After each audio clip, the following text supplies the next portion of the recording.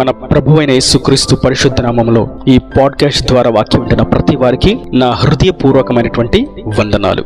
దేవుడు మిమ్మును దీవించునుగాక. కీర్తనల గ్రంథం 107వ కీర్తన 30వ చరణం 2వ వరుస.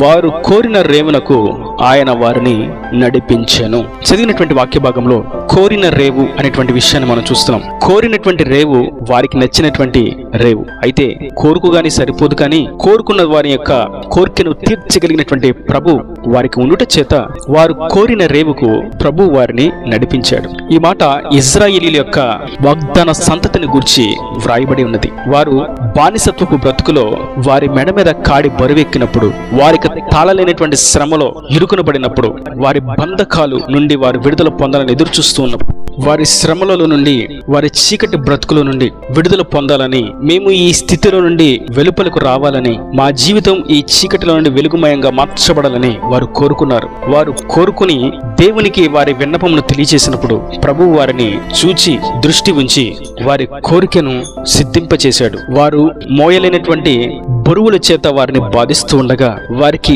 ఆకలి తీర్చక ఆకలితో త్రోసివేయబడగా, వారున్నటువంటి ఆ దుఃఖ స్థితిలో వారికి ఆదరణ చూపేవారు లేక వారు దేవునికి మొర్రపెట్టినప్పుడు ఆయన వారికి సహాయమును అనుగ్రహించాడు. వారు కోరిన రేవుకు ఆయన వారిని నడిపించాడు. వారు కేవలం విడుదల పొందాలని మాత్రమే కోరుకున్నారు. ఇక్కడి నుండి మేము బయటకు వెళ్ళాలని, మా జీవితం ఆనందమయంగా మార్చబడాలని వారు కోరుకున్నారు. కానీ ప్రభు వారి కోరికను కోరిన దానికంటే అత్యధికంగా సిద్ధింపచేశాడు. వారిని ఆ ఫరో యొక్క బంధకాలలో నుండి, బానిసత్వంలో నుండి విడిపించటం మటుకు కాదు, కానీ పాలు తేనెలు ప్రవహించు సమృద్ధి కలిగినటువంటి, సస్యఫల సమృద్ధి కలిగినటువంటి కనాను దేశానికి వారిని నడిపించాడు. వారికి ఏది కొదువు కాకుండా క్షేమకరమైనటువంటి స్థలంలోకి వారిని ప్రవేశింపచేశాడు. కేవలం వారు కోరుకుని ఉన్నారు, మాకు విడుదల కావాలి తండ్రి, మమ్మల్ని విడిపించండి, ఈ స్థితిలో మేము ఎన్నాళ్ళు ఉండాలని వారు కోరుకున్నారు. ఆయన వారిని విడిపించాడు. దావీదు అన్నాడు, నేను శత్రువుతో యుద్ధము చేస్తాను, గొల్యాతును ఓడిస్తాను అని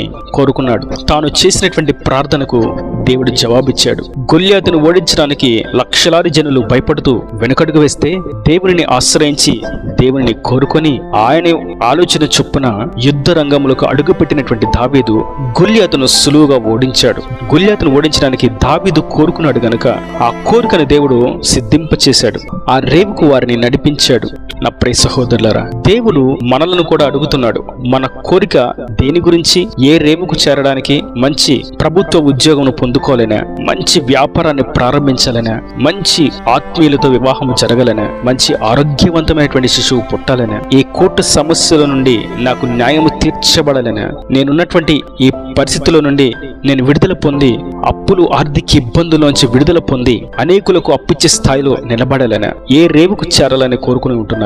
ప్రభు అంటున్నారు, వారు కోరిన రేవుకు నేను వారిని నడిపించేదను. మంచి ఉత్తీర్ణత, గుర్తింపదగినటువంటి మార్కులతో ఉత్తీర్ణత పొందాలని, ఈ చదువులో ముందుకు రాణించాలని కొందరు కోరుకుంటూ ఉన్నారు. కొందరు మంచి ఉద్యోగం రావాలని, మంచి వ్యాపారము చేయాలని, మంచి మాదిరికరమైనటువంటి కుటుంబంగా మా కుటుంబం ఉండాలని, ఆరోగ్యమైనటువంటి వారిగా నేను నివసించాలని, నేను చేసిన పనుల్లో జయము చూడాలని, నా పరిస్థితుల నుండి నేను విడుదల పొందాలని అనేకులు కోరుకుంటూ ఉన్నారు. ఈ స్థితిలో నుండి నాకు ఆశీర్వాదం కావాలని, దీవెన కావాలని కోరుకుంటూ ఉన్నారు. ఆ కోరికను ఆయనే సిద్ధింపు చేయగలిగిన వాడు, ఆయనే ఆ రేవుకు నడిపించగలిగినటువంటి వాడు. ఇది భౌతికపరమైనటువంటి రేవు, కానీ ఆత్మ సంబంధమైనటువంటి రేవు చాలా ఉన్నతమైనది. అది మనందరము కోరుకోవాల్సినటువంటి రేవు. పరలోకము మన రేవు. పరలోకము చేరాలనేటువంటి కోరికను ఎవరైతే కలిగి ఉంటారో ఆయన వారిని పరలోకమునకు చేరుస్తాడు. వారు కోరిన రేవుకు వారిని నడిపిస్తాడు. యోసేపు, నేను ఏదేమైనా పాపం మాత్రము చేయకూడదు, దేవునికి అసహ్యమైనటువంటి జీవితాన్ని నేను జీవించకూడదు అని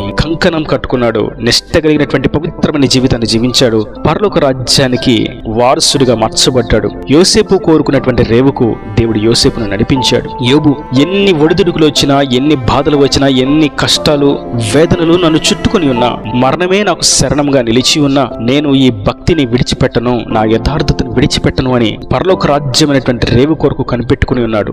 దేవుడు యోబును తాను కోరుకున్నటువంటి రేవుకు చేర్చాడు. పరలోకానికి యోగ్యుడిగా, అర్హుదారుడిగా దేవుడు నిలబెట్టాడు. అబ్రహామును గురించి మనం చూస్తాం. దేవుడు దేనికి శిల్పియు నిర్మాణకుడై ఉన్నాడో ఆ పునాదులు కలిగినటువంటి పట్టణం కొరకు అబ్రహాము కనిపెట్టుకుని ఉన్నాడు. అనగా ఆ రాజ్యము, ఆ నిత్య రాజ్యానికి నేను వెళ్ళాలి, చేరాలి అనేటువంటి తృష్ణతో కోరికతో ఉన్నాడు. దేవుడు అబ్రహామును తాను కోరుకున్న రేవుకు చేర్చాడు, నిత్యరాజ్యానికి వారసుడిగా చేర్చాడు. నేడు మనం కోరుకోవలసినటువంటి కోరిక ఏదనగా, ఈ లోకంలో ప్రతి పాపాన్ని జయించి జయ జీవితం అనేటువంటి రేవుకు నేను చేరాలి. ఆ తదుపరి నేను నీ స్వారూప్యము, నీ పరిపూర్ణత అనేటువంటి స్థితికి, పరిపూర్ణమైనటువంటి భక్తిలోకి, పరిపూర్ణమైనటువంటి పరిశుద్ధతలోనికి నేను చేరాలి. ఆ రేవుకు నేను చేరాలి అని కోరుకోవాలి. అటుపిమ్మట నీ నిత్య రాజ్యానికి, నీ ఉండు నిత్య సియోనుకు, ఆ నూతన యెరూషలేమునకు నేను వారసుని కావాలి. ఆ రేవుకు నేను చేర్చబడాలి, అక్కడికే నేను రావాలని మనం కోరుకోవాలి. ఇజ్రాయేలీలు, అబ్రహాము, యోబు, యోసేపు, దావీదు, ఇలా మనం చూస్తూ ఉంటే మన పితరులు మరియు ఆత్మీయులు మరియు భక్తుల యొక్క చరిత్రలను మనం చూస్తూ ఉంటే వారు కోరిన రేవుకు ఆయన వారిని నడిపించాడు. ఒక్క మాటలో ఈ విషయాన్ని అర్థవంతంగా వివరించాలనగా, మనము ప్రార్థించిన దాన్ని ఆయన అనుగ్రహించువాడు. దేనిని గురించి మనం విజ్ఞాపన చేస్తామో, దేనిని గురించి మనం ప్రార్థన చేస్తామో, నిజముగా మొర్ర పెడతామో, ఆ మొర్రలను ఆయన ఆలకించి, ఆ ప్రార్థనను ఆయన అంగీకరించి ఆయన మన కార్యములను సఫలము చేస్తాడు. ఇది ఆయన చేసేటువంటి భీకరమైనటువంటి కార్యం, వారు కోరిన రేవుకు వారిని నడిపించుట.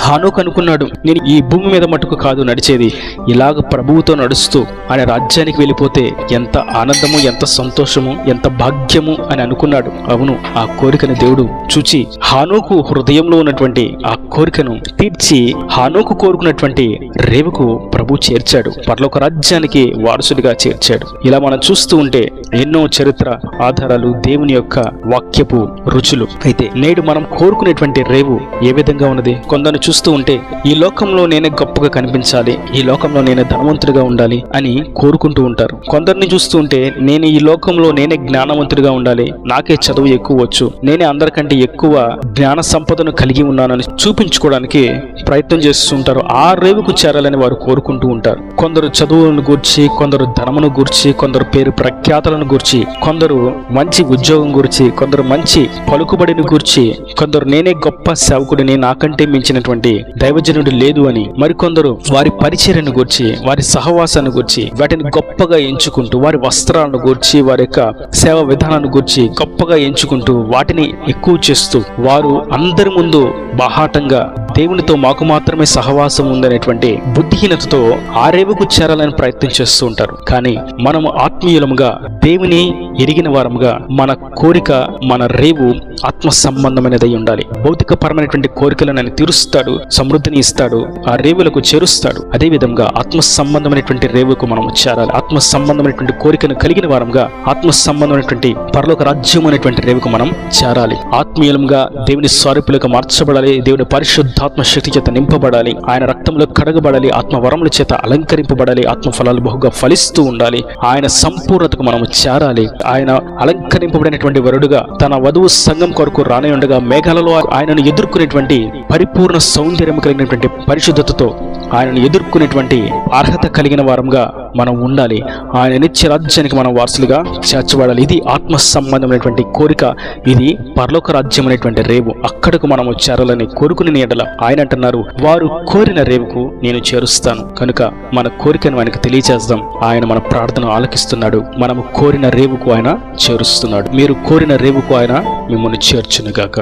ఆమెన్. ఈయన దేవుని మాటలు ప్రతి వాని హృదయంలో నీరుకట్టి ఫలింపచేయను గాక. ఆమెన్. God bless you. తలలో వంచి కన్నులు మూసినట్లయితే మీ కొరకు చిన్న ప్రార్థన. ప్రేమ స్వరూపీకరణ కటాక్షం గల తండ్రి, నా ప్రభువా, ఈ వాక్యం ప్రతి వారిని మీ నిండాలుగా దీవించండి, ఆశీర్వదించండి. వారు కోరిన రేవుకు నేను వారిని నడిపించదని మీరు సెలవిచ్చారు. ఇక ప్రతి బిడ్డ దీనిని గురించి కోరుకుని ఉన్నారో వారి కోరికను సిద్ధింపచేసి వారు కోరిన రేవుకు వారిని నడిపించండి. అతి ముఖ్యంగా ఆత్మ సంబంధమైనటువంటి కోరికలు కలిగిన వారుగా పరలోక రాజ్యం అనేటువంటి రేవుకు చేరున్నట్లుగా ప్రతి వారు కోరుకున్నట్లుగా ఆత్మీయతలో వృద్ధిని నింపచేసి ప్రతి వాని యొక్క అవసరతను అక్కరను నీ మహిమశలు తీర్చి నీ రాకడ రాజ్యములకు మమ్మల్ని సిద్ధపరచమని యేసు పరిశుద్ధ నామమున ప్రార్థించి వేడుకుంటున్నాను తండ్రి. ఆమెన్. ఆమెన్.